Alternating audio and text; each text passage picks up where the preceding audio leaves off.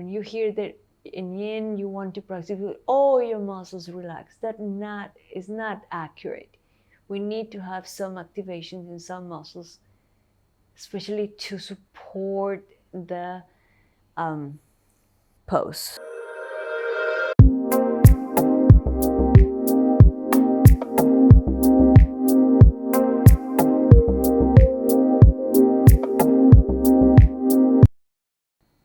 Hi everybody, my name is Ellie and today I have for you a class for the spine. This is Yin Yoga for beginners and I'm very happy to have you here with me. We're going to start on the back of our mat. So find the way to the back of your mat and we're going to open our knees as wide as the mat. We're going to do a child pose with the knees spread apart. And also we're going to incorporate a twist. So we're going to extend the right hand in front of us. Let me just move my timer here so I make sure that we are in this pose for a minute. And you're going to start moving your left hand in between, placing your left shoulder on the floor, your left ear on the floor, and enjoying this pose that is targeting a lot of areas in our body, to be honest. It's not only the spine with the twist, we also have the groin, the hips. I love to do these poses because even though we give the pose an emphasis, it helps us to stimulate a lot of parts of our body. So you may want to close the eyes, just follow my voice. We have still 20 seconds to be here. Enjoying this nice stretch of the posterior part of the shoulder while we twist the thoracic spine. Stretching also the lateral muscles of the torso. And very softly, we're going to start coming out of the pose. Just stop in the center for a moment to observe the difference in between both sides. We're going to extend the left arm in front of us. We're going to thread the right hand in between, keeping the right shoulder on the floor. Keeping your right ear on the floor as well. Keep sinking your hips down to your heels, whether they touch or not. It's okay. It's just the intention, the energy of the pose. You keep your left hand on the floor and lifting your elbow, your shoulder to give space, to give some support also to this twist that we're doing with the upper part of our spine. A few more seconds to go in this nice twist, while we also, why not incorporate the hips in this practice? Good. We're going to start coming out of the pose very softly. Gently, we're going to come back up. Just pausing for a moment. I want you to feel how different one side feels than the other one. Good. And you can actually help your knees to come to the center. Do not jump the knees to come to the center because we have been there for a little longer than usual, so be mindful. I'm going to start walking our hands to the front to come all the way down to your belly. So we're going to start with Sphinx Pose, and I said a start because this is also a pose that it can be an option for the following posture. But we're going to stay in Sphinx, trying to have your elbows maybe a little bit more forward than your shoulders, keeping your legs, your glutes relaxed, no need to engage any muscle unless the stress that we are applying in the lumbar spine, the compression that we are applying to the lumbar spine is too much, that is painful. Then you would like to mildly engage, contract your glutes, that just lift your heels a little bit. We don't want to do too much. Other than that, if you don't feel any pain, any discomfort, you can just relax your glutes and your abdominal muscles. Your torso is active. We are not sinking in the shoulders. It's something that some teachers practice like this. I personally don't like it. It doesn't feel good in my shoulders.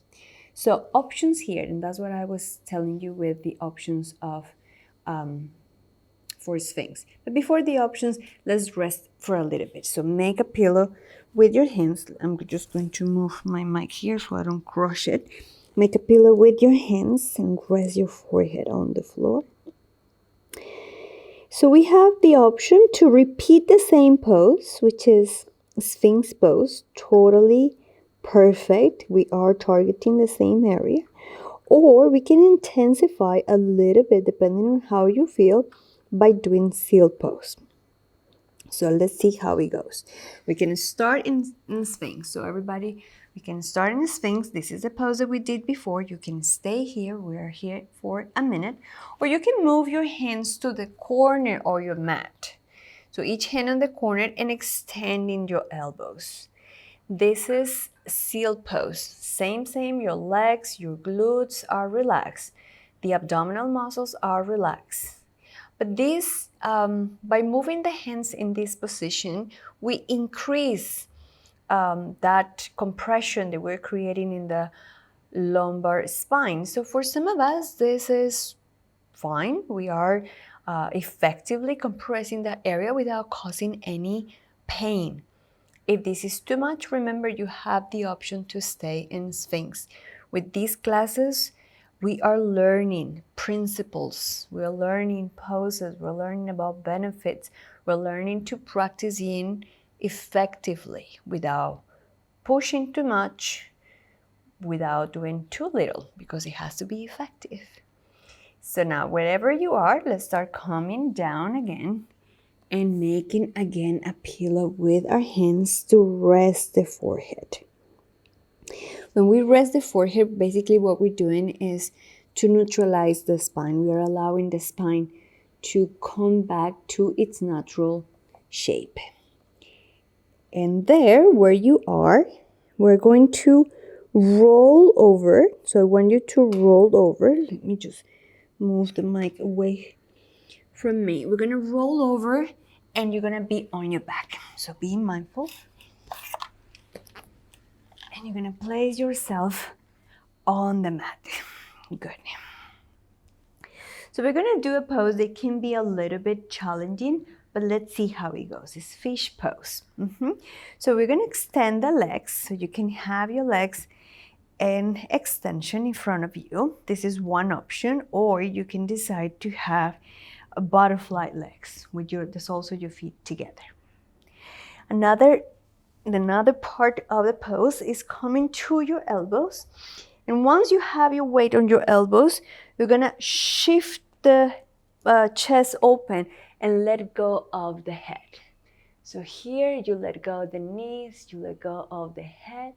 This is, I think, I would say probably the only asana where I allow my head to hang. Usually I don't like the sensation when I let go of my head.